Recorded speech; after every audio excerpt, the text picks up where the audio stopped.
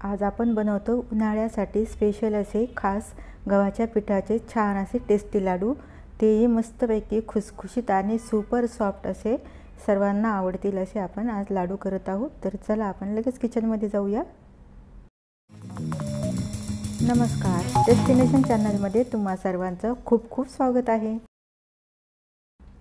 लाडूसाठी मी इथे घेतले आपली रोजची वापराची पोळ्यांची कणिक। रोजचीच आहे, ती खूप जाड नाही आहे।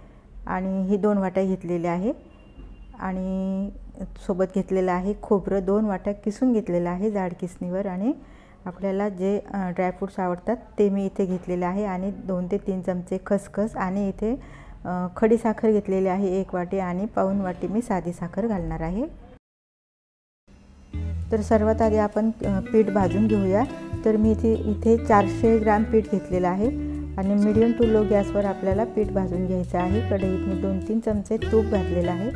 तुपावर आपल्याला हे पीठ छानपैकी गोल्डन होईपर्यंत मस्त खरपूस भाजून घ्यायचं आहे। आपल्याला 5-6 मिनिटे इथे लागणार आहेत। तर आता तुम्ही बघू शकता पीठ आपलं मस्तपैकी भाजलेलं आहे। आता हे आपण साईडला काढून ठेवूया आणि पिठी साखर आपण करून घेतलेली आहे खडी साखरेची, ती यामध्ये आपल्याला गरम गरम मिक्स करून ठेवायची आहे।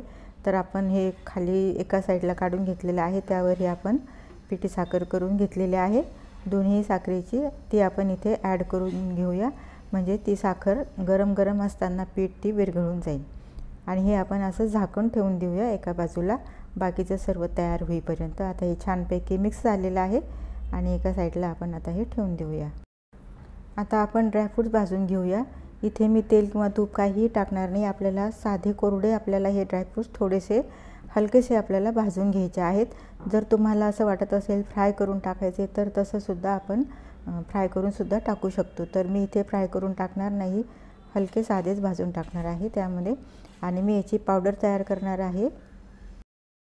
ड्रायफ्रूट्स आपण काढून ठेवले आहे। आता गॅस बंद केलेला आहे आणि गरम पॅनमध्येच आपण खसखस भाजून घेऊया, कारण खसखस जळायला नको म्हणून मी गॅस बंद केला। हलकीशी आपल्याला खसखस भाजून घ्यायची आहे, ती पण आता भाजलेली आहे।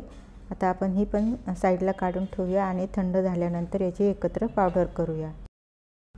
आता लो टू मिडियम गॅसवर आपण खोबरं भाजून घेऊया, कारण आपल्याला खोबरं पण हलकं भाजून घ्यायचं आहे।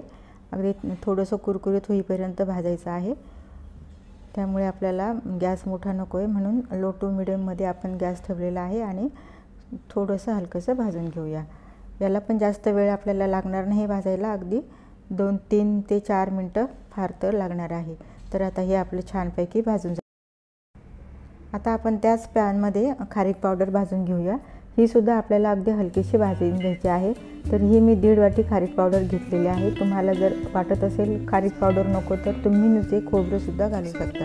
ही सुद्धा आपल्याला अगदी 2-3 मिनटं हलकी भाजून घ्यायची आहे। थोडासा तिचा कच्चापणा जाईपर्यंतच आपल्याला ती भाजून घ्यायची आहे। गॅस मी वाढवलेला नाही, अगदी लो टू मिडियममध्येच ठेवलेला आहे। आता ही पण आपली खारीक पावडर मस्तपैकी भाजलेली आहे। तुम्ही बघू शकता कलर थोडासा तिचा चेंज झालेला आहे। आता आपण ती पण एका साईडला बाजूला काढून ठेवून देऊया आणि थंड झाल्यानंतर ती सुद्धा आपल्याला मिक्सरमध्ये बारीक करून घ्यायची आहे। थोडीशी पावडर आणखी करून घ्यायची आहे। तर आता हे आपण गॅस बंद करूया।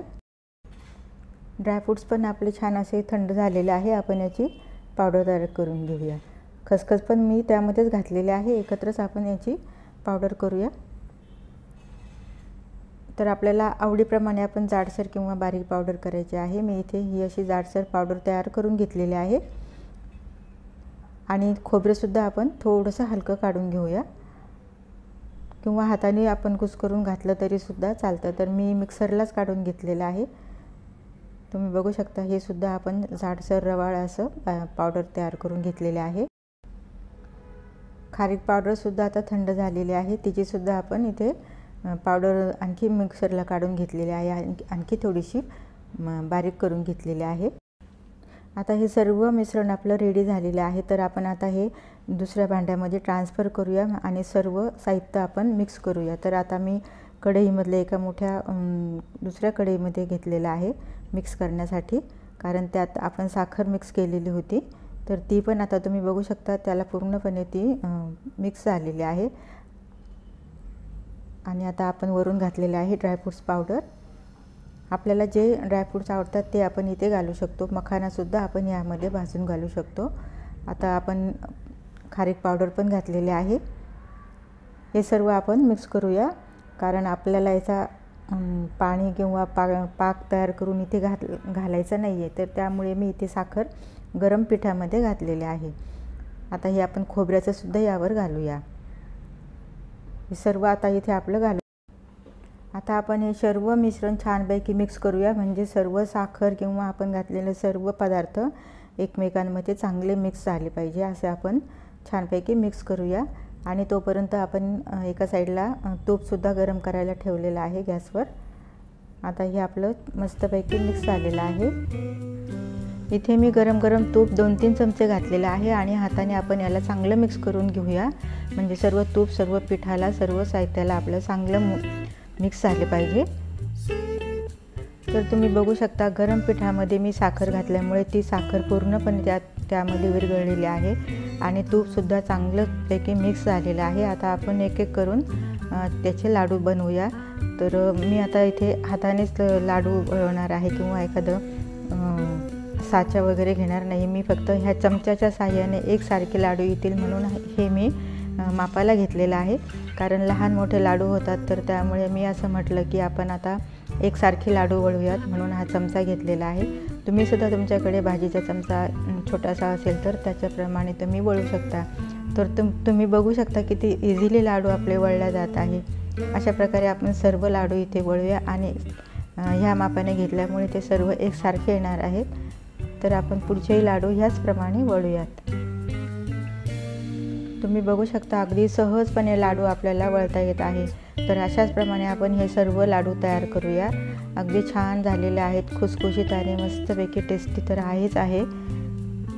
अगदी कमी वेळामध्ये तयार होणारा हा मुलांसाठी खाऊ आहे आणि मोठ्यांसाठी सुद्धा आहे।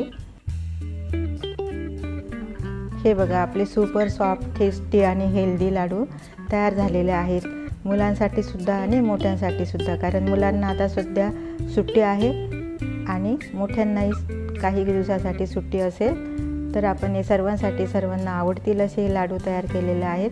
तर रेसिपी आवडली असेल तर जरूर ट्राय करा आणि असेच छान छान व्हिडिओ बघण्यासाठी टेस्टिनेशन चॅनलला सबस्क्राईब करा आणि रेसिपी आवडली असेल तर लाईक करा आणि मित्रमैत्रिणींना शेअर करा। भेटूया नवीन व्हिडिओमध्ये अशीच एखादी छानशी रेसिपी घेऊन। तोपर्यंत गुड बाय।